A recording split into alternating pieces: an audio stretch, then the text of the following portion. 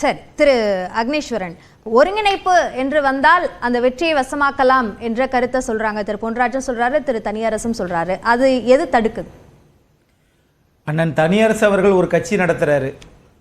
அவர் கட்சியை ஏதாவது ஒரு கட்சியில போய் அண்ணன் சரத்குமார் மாதிரி பாஜகவில் போய் இணைச்சுக்கிறதுக்கு அவர் கட்சியே வேணா சேர்க்கிறது, இன்னொரு கட்சியில ஒருங்கிணைக்கிறதுக்கு அவர் முடிவெடுக்கலாம். ஆனால் ஒரு கட்சி 31 வருஷம் ஆண்ட ஒரு இயக்கம், இவர்கள் எல்லோருமே, இவங்க 4 பேருமே புரட்சி தலைவர் எம்ஜிஆர், புரட்சி தலைவி அம்மா அவர்களால், புரட்சி தலைவர் எம்ஜிஆரால் உருவாக்கப்பட்டவர்கள் தான், அதுல மாற்று கருத்து இல்லை. ஆனால் இன்னைக்கு அந்த இயக்கம் சட்டப்படி சாதிக்களி 1971 உத்தரப்பிரதேச வழக்கின்படி யாரிடம் பெரும்பான்மை இருக்கிறது, இது ஒன்று. இன்னொன்னு, இப்ப பெரிய விஷயம் என்னன்னா, பாட்டாளி நீங்க என்ன இப்படி பதறீங்க? எடப்பாடிக்கு ஆதரவா பேசுறேன்னு சொல்லியா? இல்ல அதிமுக ஆதரவா பேசுறேன், நீங்க ஏன் பதறப்படுறீங்க? கொஞ்சம் பொறுங்க, கொஞ்சம் பொறுங்க. உங்க ஆட்சி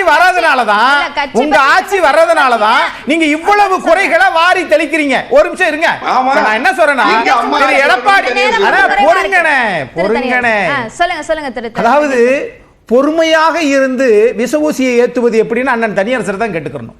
நான் இப்ப கேட்பது, திரு எடப்பாடி பழனிசாமி அவர்களை நீங்கள் பலவீனப்படுத்தணும் என்கின்ற நோக்கத்துக்காக பயந்து போய் பாஜகவில் சரணடைந்தது யார்? நீங்க தான் இப்ப சொன்னீங்க. ஆகையினால் அதுக்குள்ள நான் போக விரும்பல. இப்ப நான் கேட்பது, நண்பர் பேசும்போது சொன்னாரு, அதாவது இந்தியாவிலே மதுபானத்தில் அதிகமாக விற்பனை உத்தரப்பிரதேசம், 2வது நம்ம தமிழ்நாடு மாநிலம்.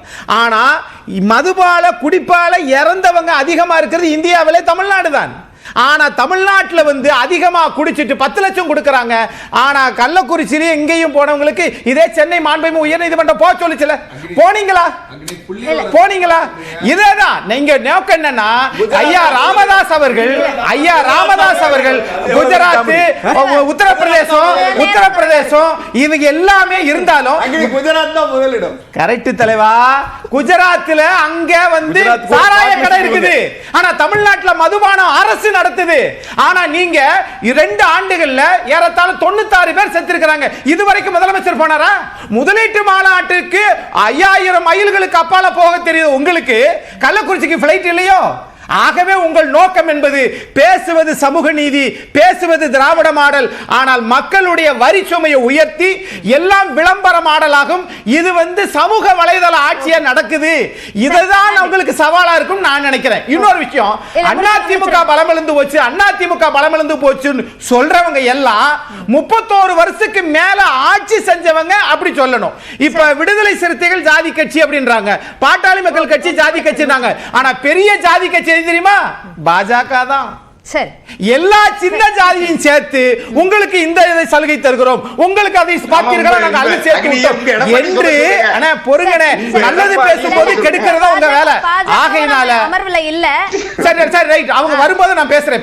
இப்ப நான் என்ன கேட்கிறேன்னா, இங்க இவர்கள் இன்னொரு கட்சிக்கு சொல்லுவதனால் இதனால ஆட்சி மாற்றம் ஏற்படாதுன்னா மக்கள் கடும் கோபத்தில் இருக்கிறார்கள். விலைவாசி உயர்வு, வரி உயர்வு, விலைவாசி உயர்வு, வரி உயர்வு. ஆனா என்ன ஒண்ணுனா, அண்ணன் தனியரசு அவர்கள் திமுக கூட்டணியில இல்ல, ஆனாலும் திமுகவுக்காகவே பேசுகிறார். நண்பர் தமிழன் பிரசன்னாவும் அவரும் இலது வலது வச்சா சமமா இருப்பாங்க. ஓகே, நன்றி.